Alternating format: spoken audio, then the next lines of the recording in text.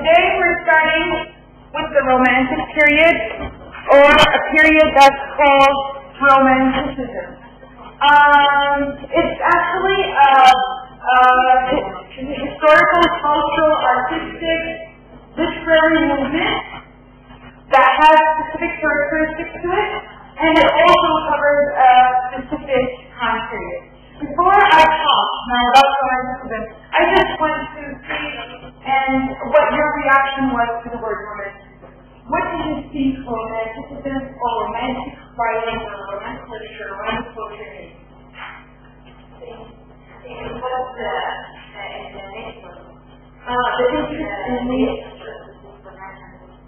the relationship between man and nature. You read the material.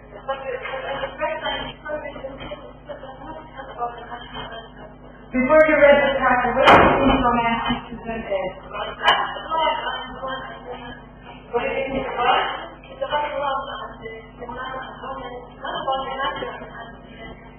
Okay, so you were mixing romanticism with romance. How many of you guys actually thought that romanticism or romantic literature takes the subject of, like the romance or love relationship between takes that the love relationship between a man and a woman as the subject matter? Yeah.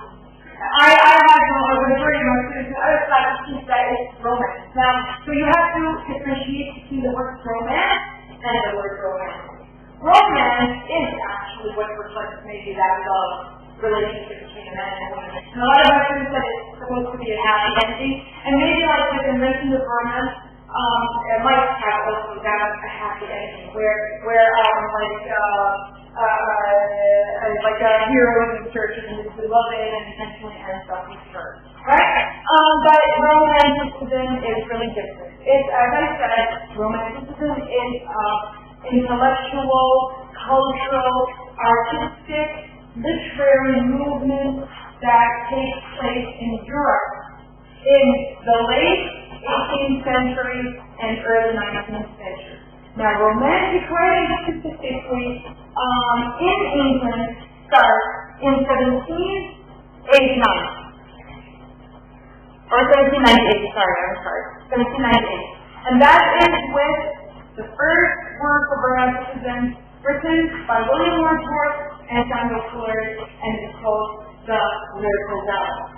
So this is a collaborative work between Samuel Coleridge, William Wordsworth, that contains actually a group of poems composed by Wordsworth, who is considered a first-generation romantic poet, and one poem by Samuel Coleridge.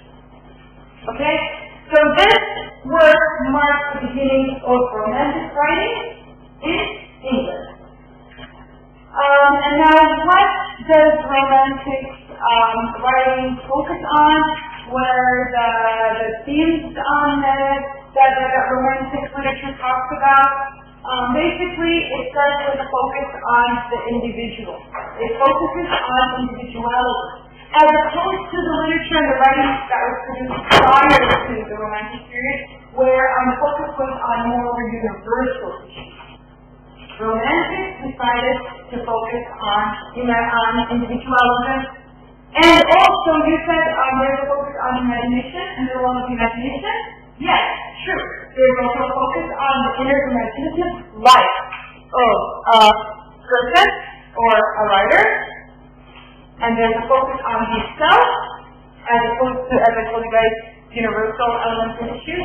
And there is a focus on nature. And as you said, yes, in romantic writing, there is a focus on the relationship between man and nature. Okay. So, historically, romanticism takes place after the French Revolution. So a lot of writers during romanticism actually started with appealing or actually endorsing the ideals of the Revolution that have to do with equality, fraternity, freedom, right?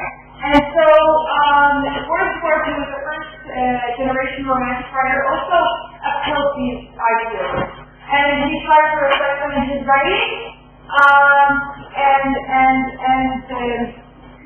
However, the French Revolution did not succeed. Or actually, it did not eventually flourish and did not achieve the ideals that it started out with. And so Wordsworth actually was disappointed with the failure of the French Revolution to live up to its ideals, and so he became disillusioned by the ideals of the French Revolution, disillusioned by its politics. And so he found a way of kind of retreat, or he found a way where he would retreat from addressing issues that are issues that are historical, political, and so he found that a retreat for nature, or a relationship with nature, would take him from all that, the hassle of thinking about the disappointments of the revolution. And so that was one of the reasons of his retreat to nature. And two, also, the Romantic writers also reacted to the Industrial Revolution that took place in the century that was before Romanticism. And what is the Industrial Revolution, basically?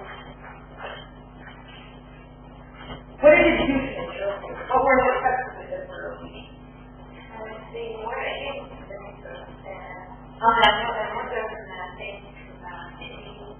Yes, it's true that the Industrial Revolution led to modernity, led to advancement, actually. It's civilization to advance. However, what it did is that it created more urban spaces and it destroyed many houses, right? It was one of the things is that a lot of farms were destroyed in favor of building what factories on that land.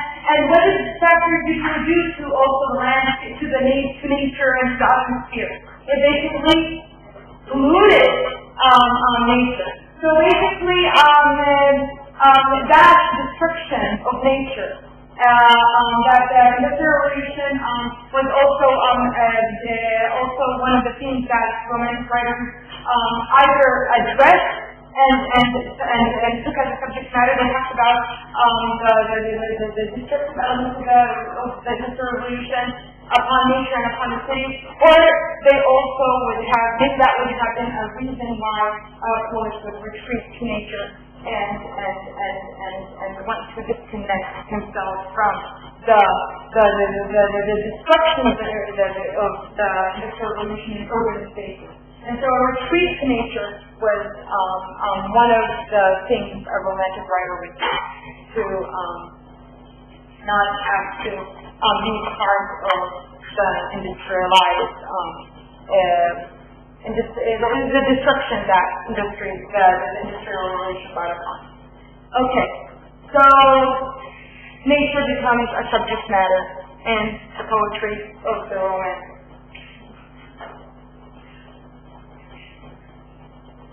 And now Romantic writers, specifically Romantic poets, actually, in their writings, they also embrace another element in the writings of Romantic, that they embrace the idea of freedom and set themselves apart from the order and rationality of classical poetry.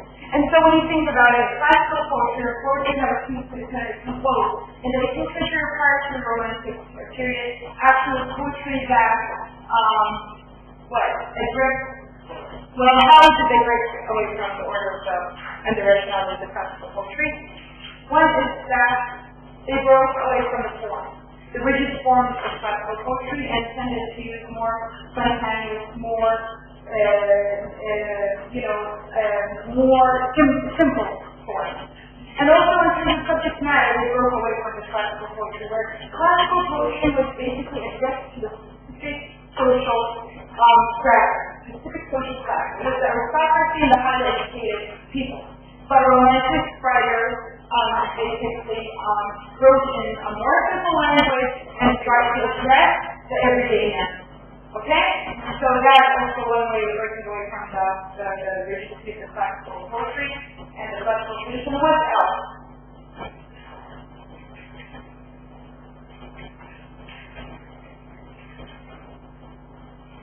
Basically, Romantics in their writing believe that you can reach knowledge through intuition, through sensory perception. through feeling, as opposed to the classical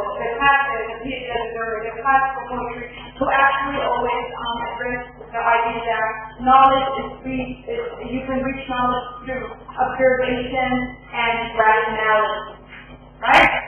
So there's a stress on intuition, a stress on emotion and feeling when describing an experience in romantic poetry. And another element is that instead of addressing universal values as the classical poetry would do, romantic started addressing a very personal, private experience. So they were concerned with the person, concerned with his private. Okay?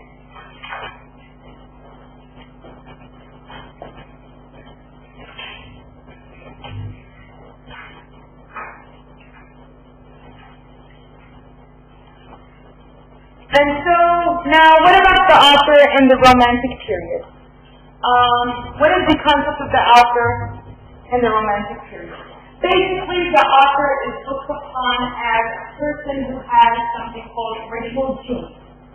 And so, a poet, a writer, would be born with that original genius. Okay? And so, according to Wordsworth, as I said, original genius is something that the poet is endowed with. They don't gain it through experience or through, education. And that kind of genius emerges basically in Wordsworth when he retreats to nature and connects to nature.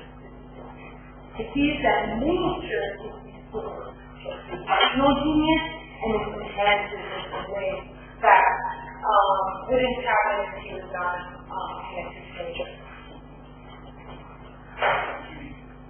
And also, Romantic writers saw the Romantic poet or the Romantic writer as playing the role of a prophet or a visionary. And what does that mean?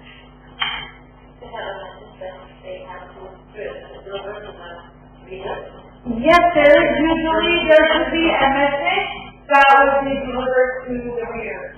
So, as I told you guys, at the early stages in Wordsworth's life, he upholds the idea of the romantic of the French Revolution. And so, a lot of literary critics saw that his earlier work, especially in his preface or introduction to political ballads, they saw that basically he presented revolutionary ideas, where he breaking away from the classics, he started addressing for romantic writers to address the everyday man, and writing a simple language that would be accessible to the everyday man. And he said that the poet is man speaking to man because basically the poet is a person who has a message to deliver to the people, to deliver to the masses. Not only to address a certain social class, but rather address those who are actually unfortunate and basically address the everyday man. And he made the subject matter of his poetry the life of the everyday man. And so once a message actually is devised in the poetry, that means that basically it's good, it's better, change. And so a Romantic writer saw that basically they could deliver a message in their poetry, and the message could actually effect change in society and have future consequences. And they kind of could foresee that future consequence, and that's where the idea of a visionary comes. So they could see how they could actually change things for the better maybe for people in the future. Okay? And so back to the idea of nature. What did you say about romanticism and the relationship between man and nature?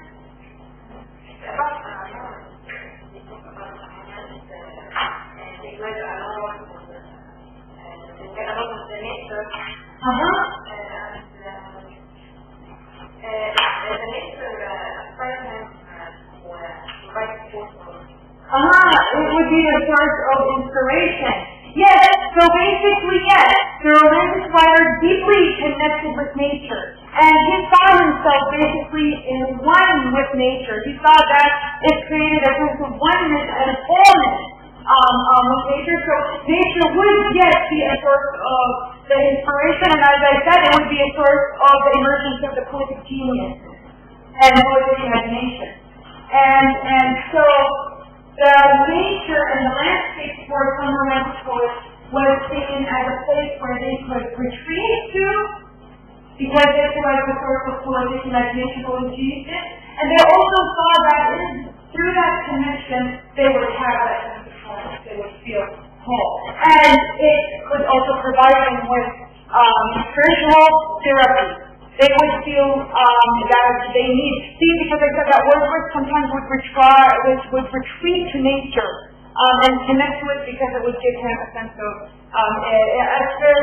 because it is spiritually therapeutic for him to leave behind the ills of, like, the bad consequences of industrial revolution and the ills that it brought upon society. So nature would be a place of retreat that would provide them with spiritual therapy.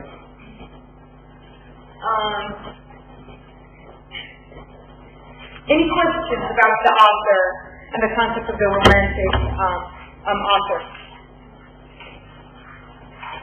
Today we're going to be talking specifically about William Wordsworth. He's one of the very first generation Romantic poets. He's very important. As I said, the lyrical ballads that he worked or composed in collaboration with another Romantic poet, Samuel Coleridge, it marks actually the beginning of Romantic writing. And so we're going to today and next time deal with the poetry that William Wordsworth wrote. And since we're talking about poetry, I just want to talk about also the concept of author and authorship. And when reading poems, is it important actually to know the author, know information about him when reading a poem or not? I just want you to look at two different approaches to poetry and how to read a poem. And so there are two ways of reading a poem. Actually, one is where you would look at the poem in isolation from any outside information and detail. So you would look at the poem and analyze and do something called close analysis, close reading, close analysis of poem. So you wouldn't be concerned with the biographical information or background of the writer, nor any contextual information. Okay? And come up with the meaning of the poem. And this actually was an idea that Ronald Barthes wrote about in his essay called The Death of the Author. And you know what that means, the death of the author? Exactly. There's the emphasis on the role of the reader in reading a poem and what the meaning the reader is. So who determines the meaning of a poem? The reader, and not the author. That's what he was saying. He was saying that basically, so because if you imagine that I have a poem, one single poem, and I distribute it among readers, everybody, I tell you to read it individually. And when I start taking answers about what you think the poem is about, I would get answers that differ from one person to another. So basically, the reader experiences the poem, and could experience it in a very personal way that differs from others. And so the meaning of the poem is determined and shaped by the reader. And that happens when you read basically the language, the text itself, not depending on biographical information, nor contextual information as well. That might have played a role in the poem. And then there's another approach to poetry, and that approach actually is where the reader reads the poem not as language on a page, but rather thinks about the author's biography, the author's life, and brings that information in order to understand the poem. Not only the author's biography, but also the context of the author, which a reader would look for basically maybe how the author reflects his worldview, his ideas, his philosophies, his his political stances and his culture in the poem. And so the reader would look for basically context that would aid him or her in understanding a piece of literature or basically a poem. And that is something that Michel Foucault talks about in his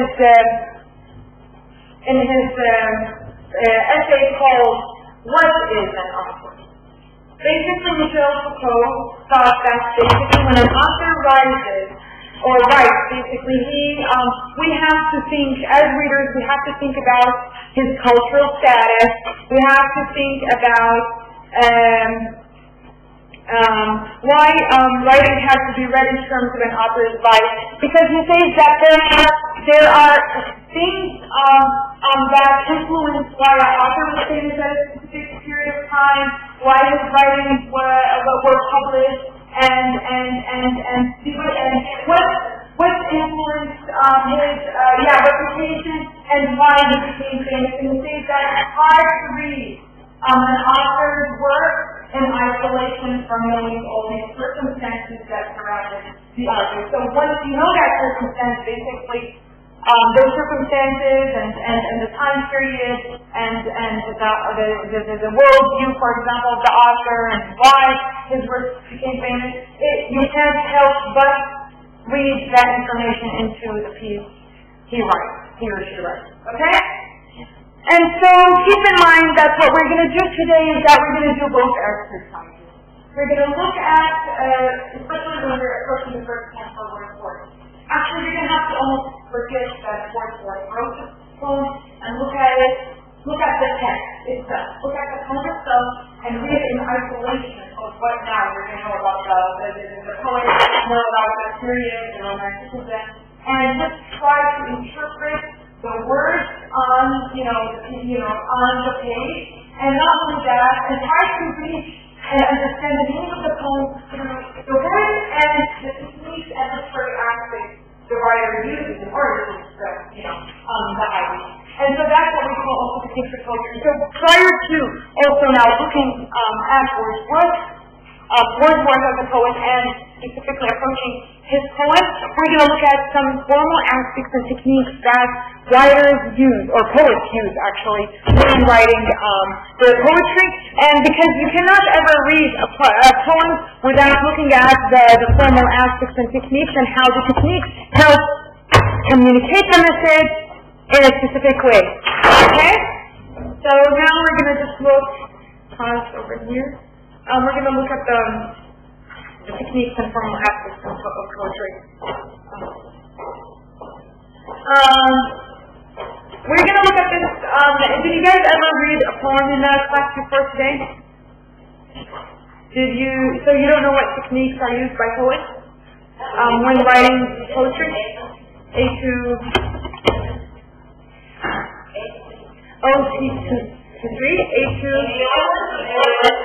1, 2, 3, yeah, okay, that's the prerequisite to this course. Okay, because now there's the AA 100, right? Okay, just a reminder that basically poetry captures our moods, conveys feelings, and communicates a message by using specific techniques, let's say, okay? And aspects, and technical aspects. So, what are these techniques? And what are these aspects? They are very important for you to know because they help in the poem delivering the message, or the poet delivering the message. So some of these techniques have to do with the selection of speakers, diction, sound, imagery, and figurative language. Let's look a little bit in detail at these technical terms before we look at an actual poem and try to, look at these techniques and how Wordsworth uses them. Okay, so basically, the speaker. Who is the speaker in the poem? You said the poet himself? Not necessarily.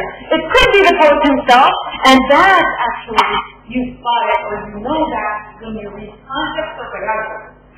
Or unless the poem says that basically the poet may be Wordsworth and communicates an idea. But other than, if the poet doesn't imply that he is speaking about himself, we can't actually, from reading only the text, we can't infer that, or we can't know directly that it's the poet. But actually, the speaker could be the poet himself or a character or a theme. And now, it depends on the voice that the poet uses in his poem. So the voice could be communicated in the first person or the third person, right? And so if it's the first person, you will have an I. And as I told you, the I not necessarily means that it's opposable sex. It means that basically the poet is communicated in the first person. A person is speaking about. There's a persona that it could be a persona, it could be a character. A persona, which means a character that basically the author created. Or it could be the author himself, the poet himself, if we know that from the biography or content of the author. Okay? And so it's important for you to know the speaker. It's important to you to attend to the elements of sound. And so sound, I'm not going to touch on every specific aspect. You're supposed to know these, and they're listed in the book. But sound could be actually communicated through a thing called alliteration or dissonance, rhyme, rhythm. So alliteration would be, like, for example, or additional what? The consonant sound in a single line or a specific line. Okay? So that sound, you have to listen to that because the author is not innocent when he uses this technique. He uses it in order to disguise his ideas, disguise the method. And so it's on purpose that the author would use something called essence. That is the addition of the consonant sound in order to create an emphasis on the identity. So, and centimeter now. Well, the diameter centimeter is actually, the diameter centimeter has to do with rhythm. Okay? And so, that's alliteration. Alliteration is the repetition of consonant sound. Essence would be what? The repetition of the vowel sound, right? And therefore, it's done for the same purpose of effect, that you can disguise the message, and create, like, or highlight an idea. Yeah. And let's look at the concept of rhythm, since you've mentioned basically that the answer is what is rhythm in a poem? The rhythm has to do with how the English language falls into stressed, unstressed, and stressed syllables. Right? You know that word consists of syllables. And so when a line is communicated in the order of an unstressed syllable followed by a stressed syllable, that unit of unstressed and stressed syllables is called an iambic. So an iambic or a first in iambic or described iambic would be a unit in language that consists of an unstressed syllable followed by a stressed syllable. And then that's how the words follow. And it comes to the mutation of everyday English language, where the language comes in this tone of like the gum, keep unstressed. The gum, and that's how you remember that the iambic is a meter that consists of an unstressed syllable followed by a stressed syllable. Now the number of the unstressed and stressed units in the line determines whether it's, as I said, a pentameter, which means 5 units. Or, like, for example, now it's going to be a tetrameter, which means 4 units. Or unstressed and stressed syllables in a single line. Okay? And with rhyme, you have to also attend to the concept of rhyme when studying poetry. What is rhyme?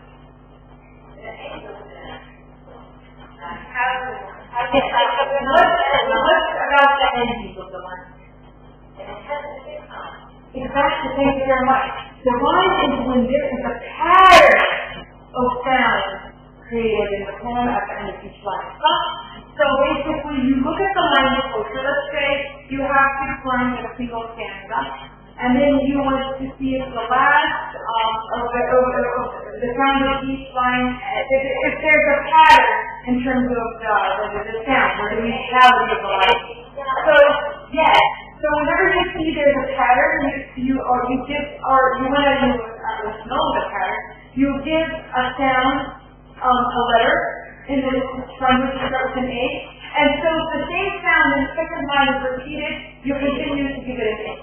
But if it's different, you give it, for example, an B. And then if the third line, or for example, repeats the first line sound, you give it an A another time, and then if the fourth line repeats the second line sound, you give it a B. And so you would look at the fact that there would be patterns in the poem where the sound is trying to keep a different pattern.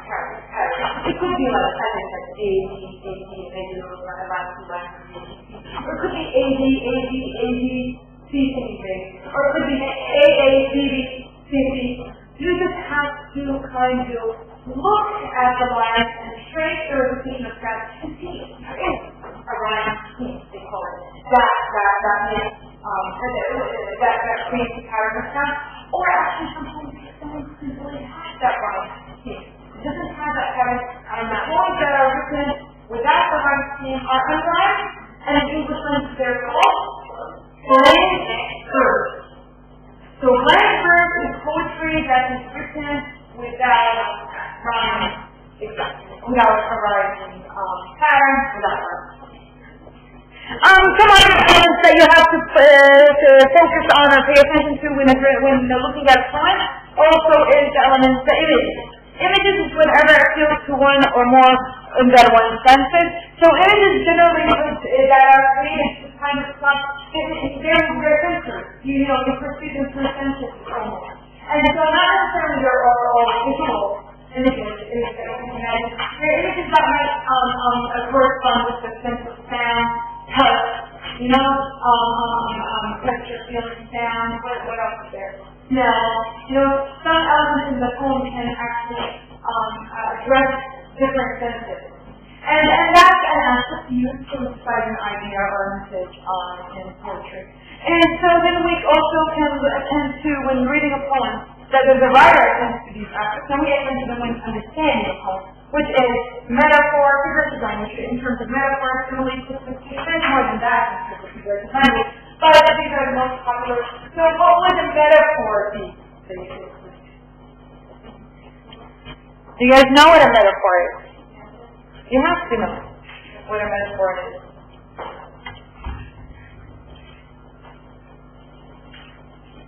What is a metaphor?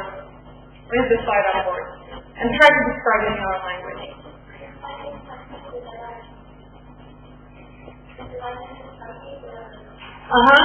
Trying to describe something or someone.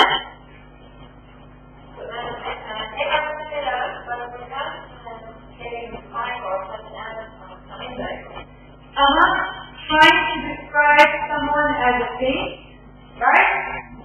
In a way without using any meter in English language. Where you say that, for example, he is a lion, because maybe he has very specific characteristics that are similar to the lion characteristics, right? And in this case, he's really not that animal lion, but he is resembles a lion in some manner, yes.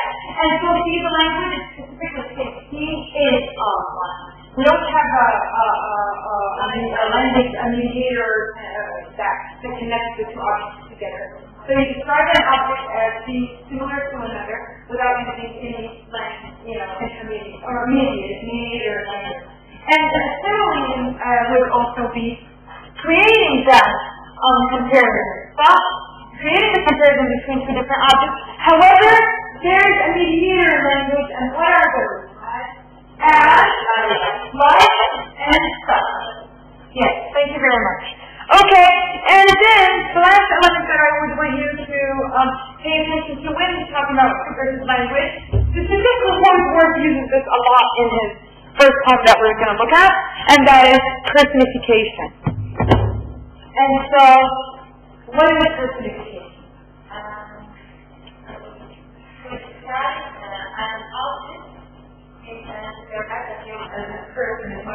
Yes, to give an object an attribute of a human being. Okay? And does anybody have an example? For example, when we say, William or let's say, the dancing daffodils. The daffodils are dancing. They're dancing daffodils. What is dancing? Do flowers usually dance? No. And dancing is an attribute or something really being performed, right? And so he describes the flowers with an attribute or a description of usually being, and that's what personification. And it's not usually for a specific maybe to give them in animation, and so the humans can connect to them in a stronger manner. We'll look at the poem and see why World War does that education. Right? And but for example, saying the city is sleeping. And that description that refers to the night, but the city generally does not sleep, but the inhabitants usually sleep. But still, the city is described in a way that right? You can describe maybe the calmness of that moment of looking at the city. And there are other elements that I put this PowerPoint online, okay, on Elements, and I would want you guys to basically access it and look at it and know these different aspects of. Yeah, it's online already. The candy from last week has been online. It's just one PowerPoint. Yes, because the second class, what we did is that we just described different characters and different characterization. But the majority, like not the most important element, but at least the element of satire and the worldview that Candide was trying to talk about is described in details in the first PowerPoint. So we don't have a second PowerPoint for Candide. So, and it's been there since last week. And actually, this PowerPoint that I'm teaching now, I'm teaching off, and the other one on William Wordsworth is already on Elements in this last time. Okay? Anyhow, now learning these aspects is supposed to actually aid you with understanding the meaning of a poem.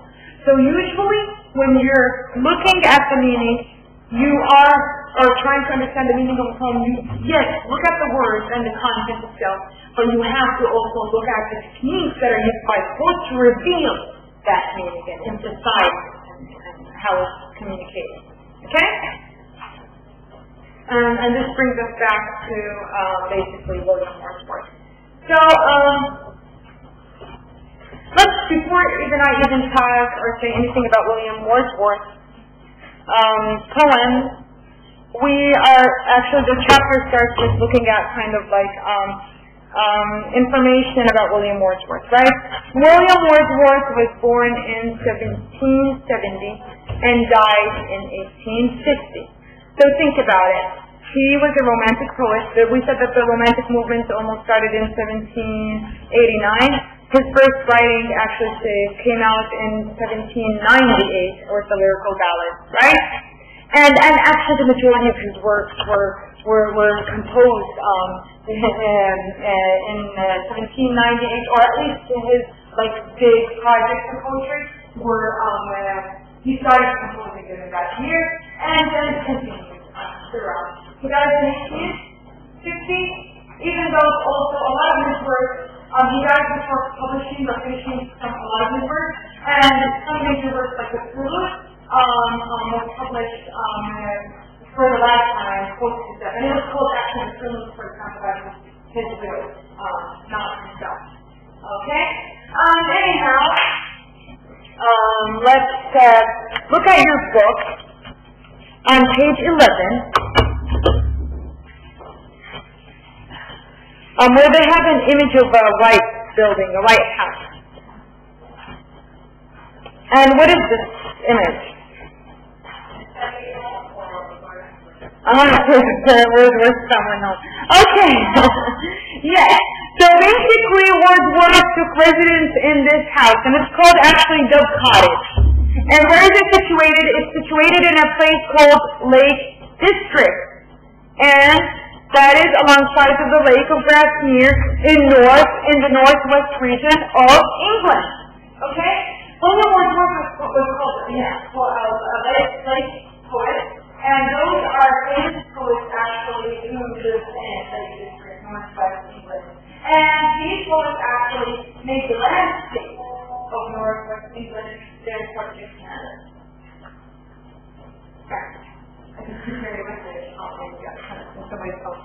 Okay, so what is the importance of this image that your introduction has over here?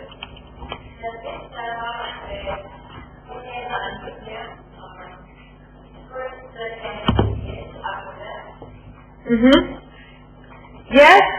Basically, this is the cottage. Wordsworth took residence in it from 1799 to 1808. He lived in it with his sister Dorothy, Wordsworth, and later on with his wife Mary Simpson. Right? And so the importance of this house is that nowadays, actually, it has become a museum, a Wordsworthian museum. Okay? And you find the images of this house actually usually printed on postcards that first would find in the museum, along with basically Wordsworth's signature, or actually sometimes there would be postcards, if you look at the page that follows, or even page 14, where there would be a postcard that kind of has an image either of the house or the image of a lake, the lake is part of the lake right here, or another popular lake in the region is called Oakwater. You would find these images printed on the postcard and then have Wordsworth's poem, especially the most famous poem that's called the Daffodils. Printed there. So what's the importance of having, of actually modern day, basically, tourists or people focus on the idea of remembering Wordsworth to describe this house and looking at this is not important to this house. And how does it affect your perception of that photo? The house and its railroad house. This is just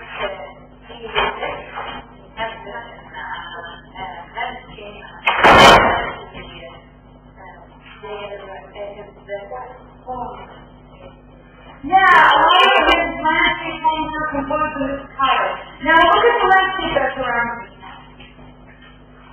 Can you describe it?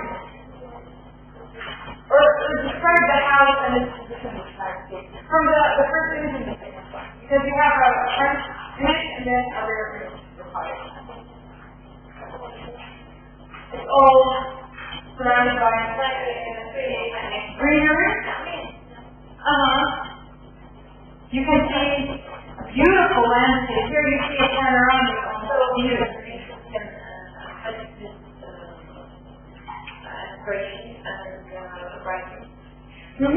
So basically this nature inspired him, and not only inspired him, this nature figures in his poetry. This is the nature that he focuses on when writing his poetry. And so his retreat to nature wasn't just, he just did not want to retreat because of spiritual therapy, but rather because this landscape was a source of everything he had to support his imagination and the version of supporting nature, right? Nature itself. So it's important to look at it, and because looking at this house in this landscape specifically kind of defines the landscape that Wordsworth made his subject matter. And yes, even look at this image, and for your chapter to start with, or the introduction start with introducing Wordsworth to this image, actually tries to, make you actually learn something about his biography, right? And so when you read this poem, you can, but imagine now the landscape. The landscape that he describes, you can't but imagine that he describes the actual landscape that he lived in. And you can kind of see how traces of that landscape and poetry and how landscape is affected in his life. Right? And yes, this is the place that he's talking about. This is the setting of his poem that we're going to start with, which is called The Daffodils, or I Wandered Lonely as a Cloud. And did you guys see that at home? It's a beautiful poem.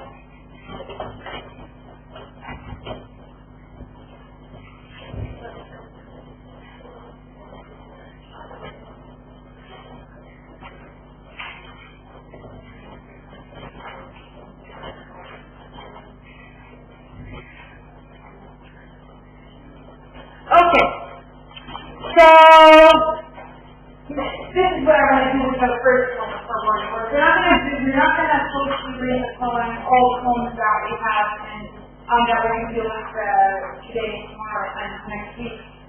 Word for poetry. But at least next week, I'm going to have one person read the poem aloud, and so we can experience it all together, and try to talk about it as a poem, in isolation of the biography that you kind of like now knew about word for it. Try to analyze it. Look at the formal aspects of poetry in it. Okay, this is what you're supposed to do as a reader. Think about who the speaker is. One. Think about the formal aspects of poetry that the speaker uses in order to communicate. And what is the meaning behind each stanza in the poem? What type of poem is it? And also think about what's the poem kind of saying. Okay? Let's read it together. Like not together at all. Let's have this experience for one person to read it out loud. And then we'll talk about the speaker, the form itself, and then what the poem is claims to be doing or claims to be, and then look at the meaning of the poem. Yeah. I was looking at the child, then stood, when high over veiled and covered, when all at once I looked around, a host rolling down the road.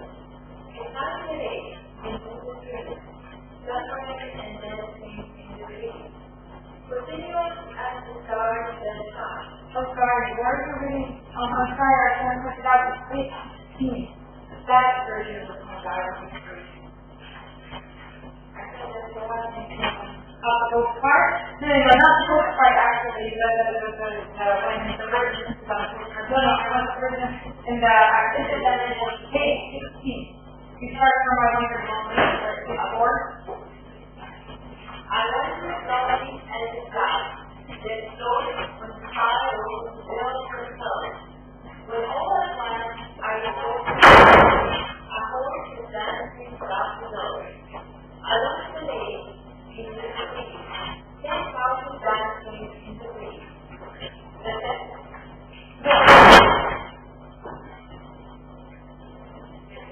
I can continue. Okay. The way besides being done by day, out in this sparkling, racing heat, a pound was not but engaged in such laughing contest. I mean the game, but this was known, what was difficult to me and grow. For when my mind out and alive, impatient over the sensitive moon, it has sounded in one eye, which is the base of solitude, and in my heart was still yourself, and then with the doctor. Okay, thank you very much. And so, who is the speaker? Okay, yes, raise your hand. Who is the speaker in the poem? Okay, there's the first person, yes, thank you. How do you know that? It starts with I wondered, slowly. So it's basically slogan and then indicated in the first person. And then who says that it's the poet? Now, do we actually know that it's the poet? Is there in any place, is it said in any place that it's people that are speaking? I need for I thought when I invited I like on top I like that? Not evidence enough. Okay, it's the first person speaking. But is that evidence that needs to be told? So it might be some form of evidence created. But later on, is waiting on the type of revisiting this revisiting this image in memory. Right? Or experience in memory. But is there any other place that might refer you to the fact that this first person is You're not supposed to depend on background or whatever. Look at the second stanza when you say a poet could not associate and select something. And who is actually the first person? So the first person is the poet. Right? And I identify as a poet. From the language of the poet. he's identified as a poet. Because specifically he's saying a poet could not just react to this, right? And react to the theme that we stumbled upon. So yes, the speaker is the first person, and it is eventually the second stanza, which I described as a poet. I didn't say that it's the poet. He's a poet. Now, do you have some social context that would make you think that maybe this poet is more important than himself? It's lacking. There's no social. This poem is merely descriptive, and there's nothing other than these two hints that refer the first person to a poet. See? Not people. Not word for it. Okay. Okay, now that's one. Now, in terms of technical features of the poem, can you look at them and try to identify them, and then that, once identifying them and looking at the subject matter, trying to tell me what type of poem this is? I just understand this idea about it or about. So we have the right yeah, because we like the social context. In the poem itself, there's no social context that will tell you that this is the poet's word for it. It's done just that the item that the poet is describing is narrating the first person, the voice of the first person, who happens to be a poet. Right? And so, my other, now I want you to move on to look at the lines, the organizations of the line, or at least the organizations where it's kind of describe what type of poem it is. And look at some technical aspects of the poem to describe it. Okay, alright. Let's start with the fact of looking at in what manner is the poem works. It's short. It consists of 3 stanzas. And we know that yes, lyrical poetry is short poetry, right? But let's also see what other aspects might confirm your view that it's a lyrical poem. It's short. What is the lyrical poem? A lyrical poem is a short poem that is expressed in the first person, and that discusses or reflects a single mood and a single moment of consciousness. It explores a personal and private spiritual, and also expresses feelings and emotions. But you have to notice that it's like a single feeling and emotion that other. And so do these characteristics fit? It's one. That's short. It's spoken in the first person. It's descriptive. Now, does it describe a single moment of consciousness? Yes. Poet walking in nature. Right? What about the mood? Does it move from happy to angry to furious to happy once more? It just describes one feeling. What is that? Happiness and joy, happiness. And what about language? Because these lyrical poems are simple are expressing the same simple language. And so yes, expressing the simple language. It's really descriptive of a specific theme. Usually studying is indicated or specified in the lyrical poem. And so yes, you find all these characteristics in the poem, so it's a lyrical poem. Okay? And now, in terms of also, and is it iambic? Yes, it follows that unstressed unit, and it's written so in the iambic form. Now, is there a rhyme scheme to it? Look at the ends of each line in the chorus. Cloud, hill, crowd, shadows, tree, tree. Can you hear a musicality there? What's the pattern? What is the pattern? A, B, C, C. And we're not going to random with you. Look. Cloud, rhymes with crowd. So that's why it's both organization. Hill, that's hill. Right? And then tree, B, rhyme. And you're going to find the same rhyming patterns throughout the rest of the stanza. Okay, so thank you. Now, what I want you to do is now look at the meaning of the poem, and I want you to look at it basically stanza by stanza, and try to look at the content in order to know what the meaning of the poem is, and also look at the different aspects that the poet uses in order to express that meaning. You remember what the formal aspect is. As it will get communication, imagery, metaphors, similes, it could be actually down pattern, that's actually agent or agent understanding. So yes, let's look at the first stanza. Try to analyze it. What is the first stanza? Express. It's to express the experience of a person. And what pattern is the person walking? He's wandering as a cloud. So the person kind of is wandering aimlessly, singing, and as a cloud. So as a cloud is an adjective, a typical adjective poetry, and we call it a simile to say as. Remember? So the poet is not the poet. Well, we said it's the poet. The speaker is walking and wandering and away from society. Absolutely, you know that it's not lonely, so we understand that this would be a single, private, personal experience. Private. In this case, there's the absence of other people. So yes, and so the speaker is wandering lonely and walking as a speaker. He's walking through nature. So you understand how he passes through a valley on a hill, right? So he's walking through a landscape, and then what is he all of a sudden stumble upon? He sees that all of a sudden what catches his attention is a crowd. And it's a crowd.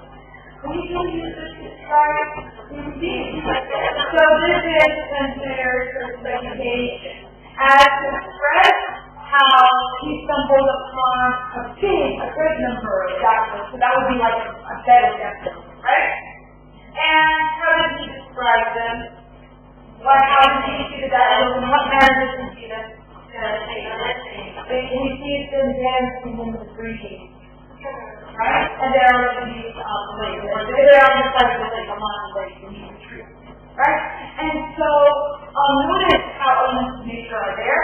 There's a tree, there's boughs, there's a hill, there's flowers, right? Clouds. And so, he stumbles upon this beautiful, magnificent scene that catches the daffodil. And the manner that he stumbles upon the daffodil, by daffodil, what is that? It's using it, describing daffodils and memory daffodils. They're dancing. For communication, because usually that's a human attribute. And so, in this first stanza, the speaker is describing the experience of stumbling upon a magnificent scene, which is benefit document. Alright? And now, what about the second stanza? Let's look at the second stanza. What is the always trying to be here in the second stanza, and how do we do that? The way the interaction of the reaction. So it is that he is having. Yeah, he first he continues to describe the landscape itself. And so he gives a presentation the waves are dancing. So it's not only the daffodils that are dancing, and the waves as well are dancing. And so is this reflective of the speaker's mood? Yeah, it's so nice now. He reads it as a happy landscape and a happy atmosphere around it. Because really daffodils don't really dance. They make the movements surprisingly or interpreted in a different manner, but he interprets it using, it's in a positive manner, reflecting his positive mood, his happy mood, right? And so, he continues to describe the scenery and says that actually the waves are happy and dancing, and then he describes his reaction to the scene as he says. And so what is his reaction? He says, the poet was not supposed to be gay, in such a lasting point singing, I danced and gay, the little thought that what love the shoes to me had brought. And so, in the second stanza, the poet is describing his reaction to the landscape and to this scene that he stumbled upon. And what is his reaction? He's happy. This scene brings upon the feeling of happiness and deep overflow. It's just a word cannot but be gay in this such a Latin company. And so he even describes the flowers exactly like there's company and laughter. Something is like as he's describing the house with them and they're laughing. So this poem has a unique classification in order to create or describe that close connection of human beings can have with nature. Right? Okay. And so what is the third standard do? Yeah, this is the third study. Is it an immediate, is this the study where the poet is immediately experiencing the landscape? No. Where is the poet? And how? Because today, when I lie on my front, you see, there are phenomena of how I lie. In Beijing's origins of mood, they planet upon that inward eye, which is the physical and solitude, and then my heart was pleasure filled, and then it was adaptable. And so what is this last stanza trying to do? It's actually describing that he can still continue to experience the landscape through memory.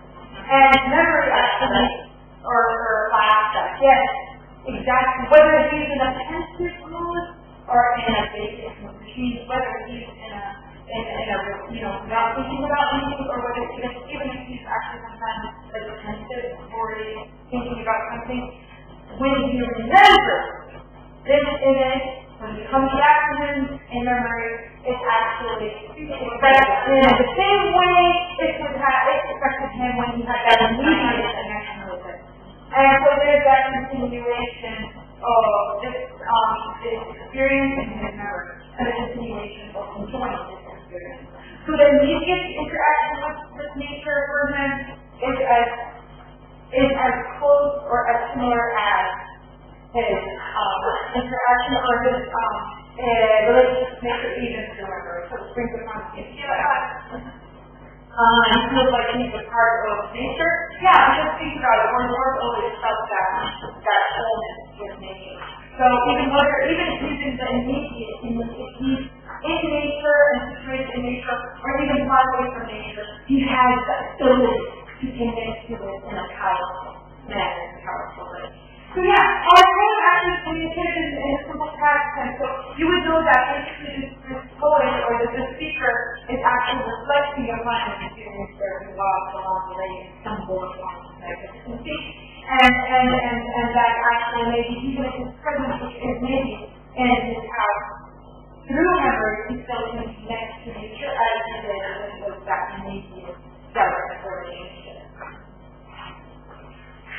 Okay. Great, thank you. This was a good reading of it. Okay, so now we did exercise or close analysis, close reading, close textual analysis of a poem.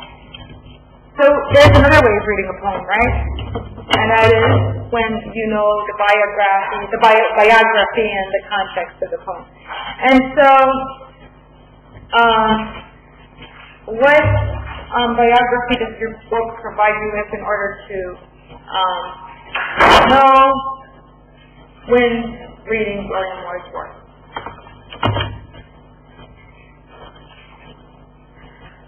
the book actually moves you from right after reading this poem to reading actually a journal entry written by Wordsworth's sister, Dorothy Wordsworth.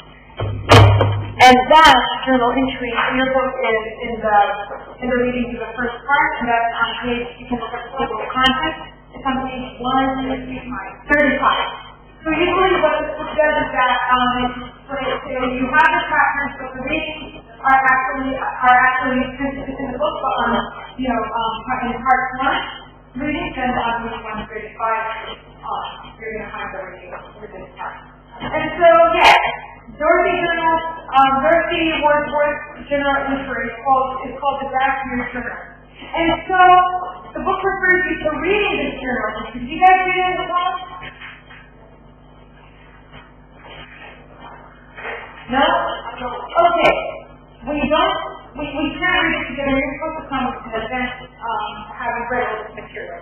So basically, this journal entry was written by Dorothy Wordsworth in 1802. Now, I told you guys that the cloud, I wonder if only a cloud or graphical poem was actually written between the year, or at least written in 1804 and published in 1806.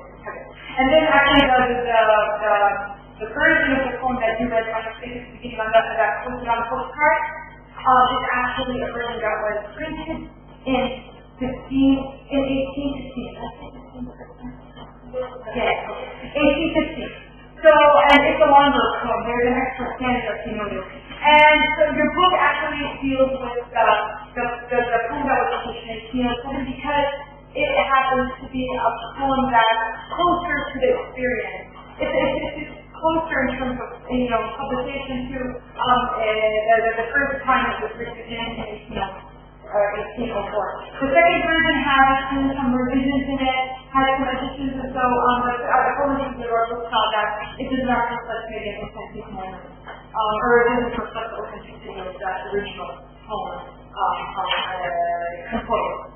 But now, it's interesting to read this journal entry that Dorothy Wordsworth wrote in 1802, and that means just 2 years before William Wordsworth wrote it.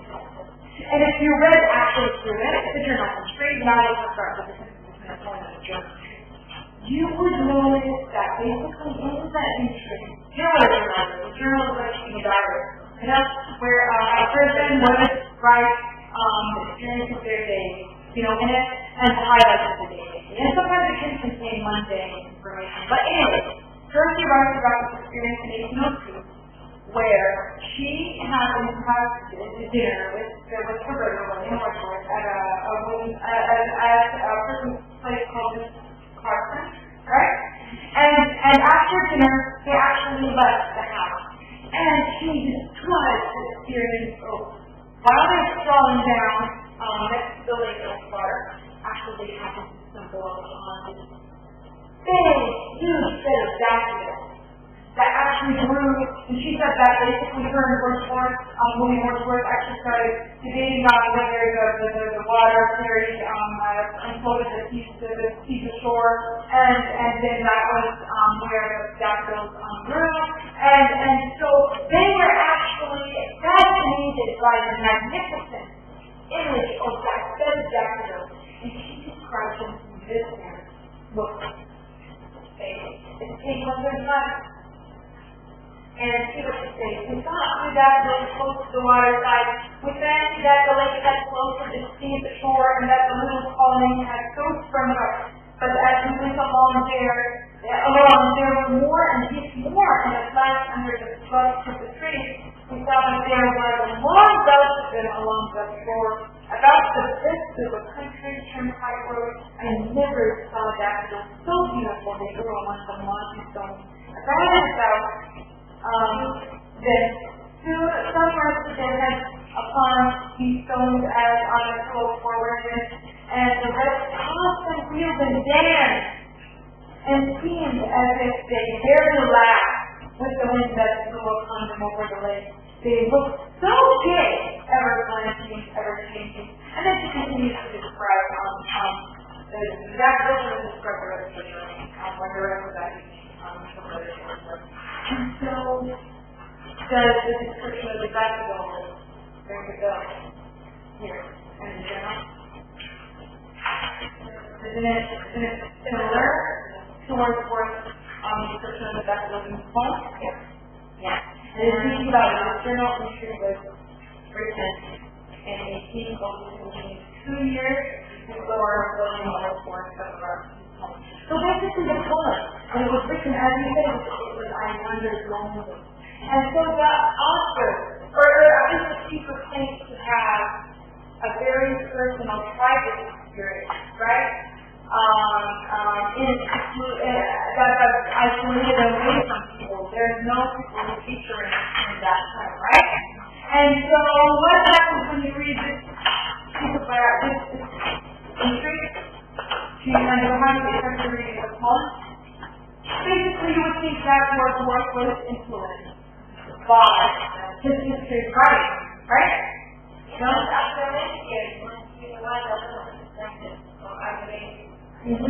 So, who actually describes that immediate experience of the Bible? Is it William Wordsworth or is it? It's the sister. Yeah. And so, what happens to the concept that romantic poets usually claim to have they're written, their poems actually, or at least William Wordsworth, that his poems usually are written in immediate manner, where he connects immediately with nature in a very private, secluded, and solitary manner. So now he's going back actually into a really unique experience that was experienced with his sister. And so how does that affect your reading? How does that affect you interpreting that experience as being authentic too? Does it raise questions there? Or is this an authentic experience? And is it really a private, personal experience? Different answers.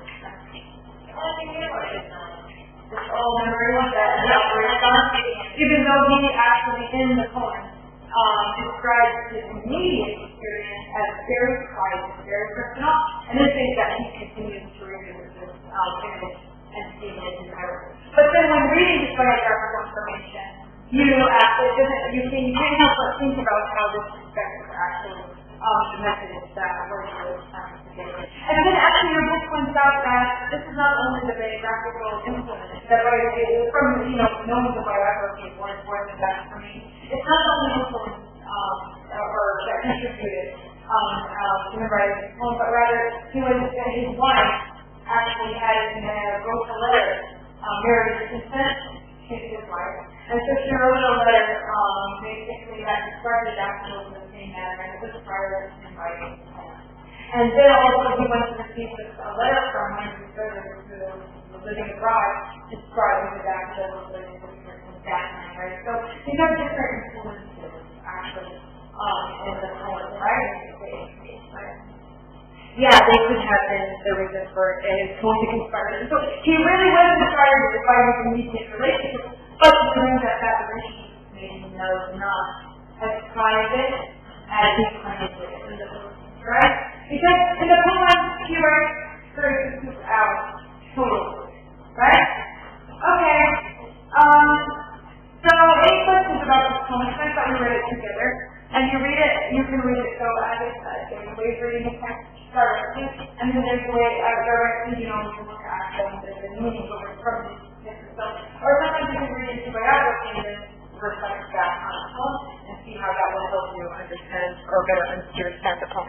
So now we're going to move from basically talking about the daffodils to addressing another poem for William Wordsworth, and that poem is called actually Point Rash Judgment. Okay, when you read it, I want you to compare it with the daffodils from Homer, I Wonder, the Lonely Guys of the Past.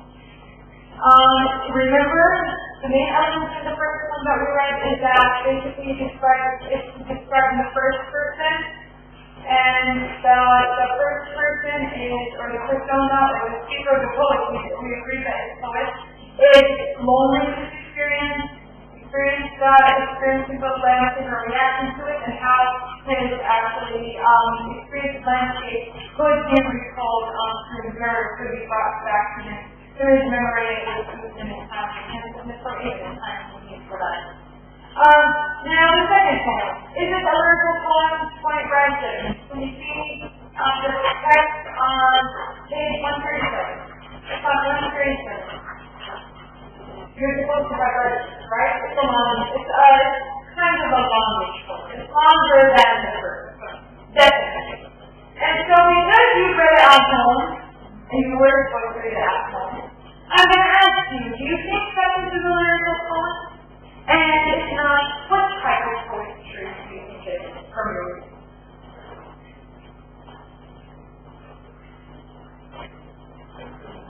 Okay, well, at least if you look at it, how many lines is it? It consists of 85 lines, right?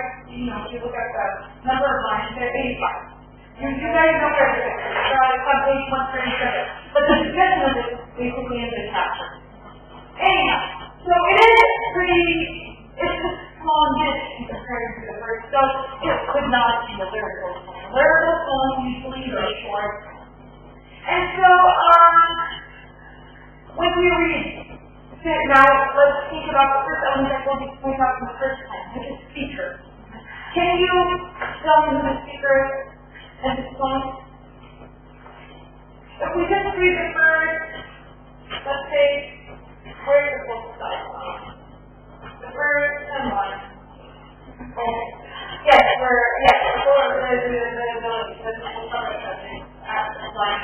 let's read the first 10 lines together. And from there, let's see, you can figure out who the speaker is, and then we'll compare it to the first one. Okay, so let's read the first 10 lines.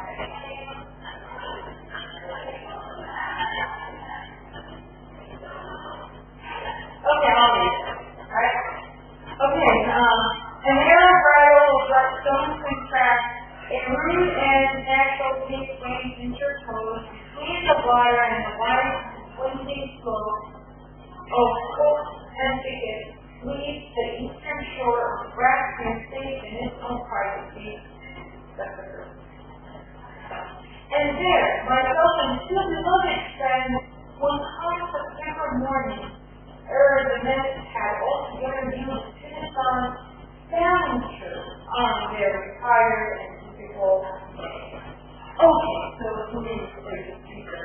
Is there an indication of the speaker in the first? At least in life?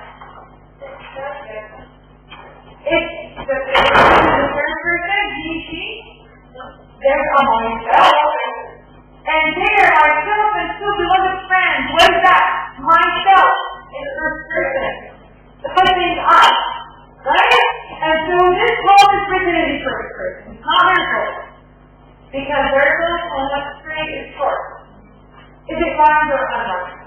Look at the end of each word line. Spread, interpost, quote, short, right? There's no rhyming pattern. And this is what they call actual rhyme verse. So this poem is actually written in the first person.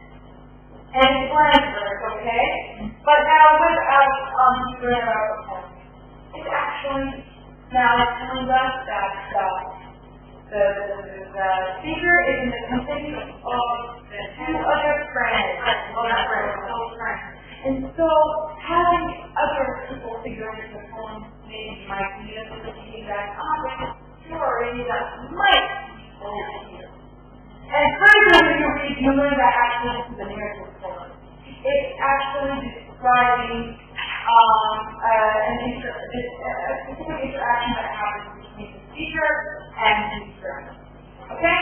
And so, you just not read the poem, so I'll describe it to you. Actually, the poem is in first person, and the speaker is having this stroll, this walk, with his friends along the side of a lake. Right?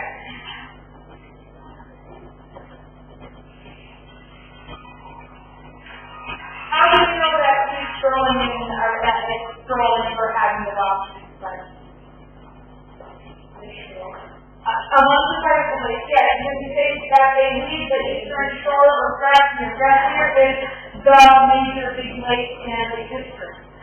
And so, again, it's a very personal, immediate relationship, or at least an immediate interaction between these three friends are walking, and on the side of the river, and are they admiring the landscape just like the speaker in the Bible poem?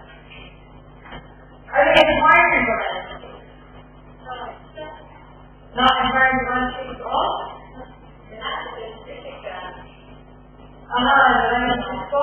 They're looking at that long lake, there's the breeze, there's an invisible breeze, there's winds, there's chariots, there's forces. So, they're really a peaceful landscape, right? While they're strolling and having their walk. In what manner are they walking? Are they pensive or are they actually kind of vacant in terms of mood, in terms of, they're vacant in mood. Okay, thank you very much. So basically they're walking in kind of like this leisure manner. We learned actually that they're just admiring the landscape and walking in a very leisurely manner. And what are they doing? Are they conversing? Yes, they are. They are talking about specific mythology. And you can see that in my training course, where they're talking about mythology, they're talking about Queen, Mosmunda, and they're talking about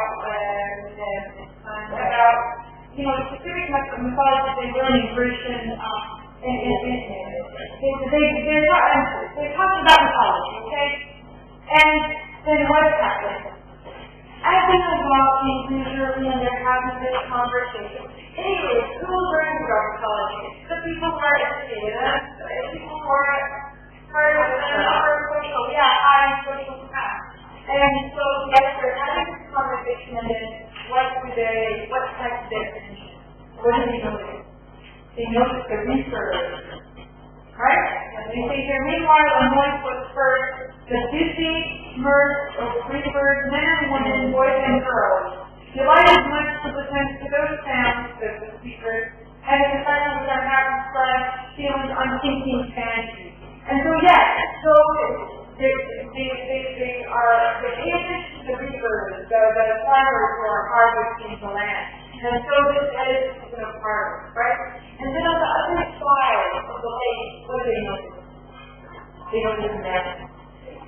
And from afar, as they're conversing, what's the comment they make about the men? They actually surprise him. The man is standing on the side of the lake and fishing from rather a dead lake, right? That's how he is an idle man fishing from a dead lake. So, and they criticize him for not joining the farmers and making benefits of the kingdom of harvest, right? For not being productive. And they criticize him from afar. As they're strolling down the lake and they come next to the man, what do they realize? They see an old man. And there's a description where they say that his feet are like to bear the carrying. So he's old, he's weak, he's too weak. And he's old and he's overburdened, by age. He's an aging man. So standing on his fishing and trying to get productive in that manner. And so once they see in this manner, they all feel embarrassed for making a rash judgment, and a quick judgment itself is that it's hard to knowing the circumstances of getting closer to an older man who cannot actually be reached with the farmers. And what's happening when they reproach themselves, they're self-reproach. They feel shame in themselves, actually, for casting a very rash and fast judgment about this person. And so, they, on the spot, once they realize their guilt and they have that sense of shame, they actually name the place and the landscape to as point rash judgment, because it's always would remind them of their class guilt, because they actually are part of the higher social class and didn't see that there was a need for them to work and rather, when they saw this man not joining the other farmers in the harvest, they eased fast and quickly judged him as being idle and not productive, and he weren't realizing his true and actual circumstances that created him so guilt, and that's what they call crack guilt. So basically, Moore's work is providing social criticism in this poem. So this poem is not only about the man. There is a message here, and it's actually a message where he's actually basically offering up social criticism. Okay?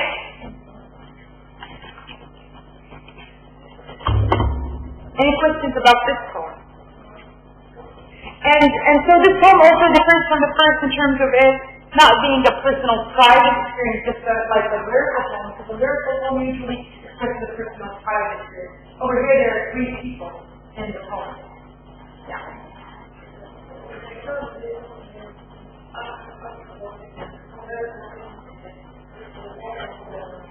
That could be a question. Two poems, you want to see it? Yeah, that could be a possible question.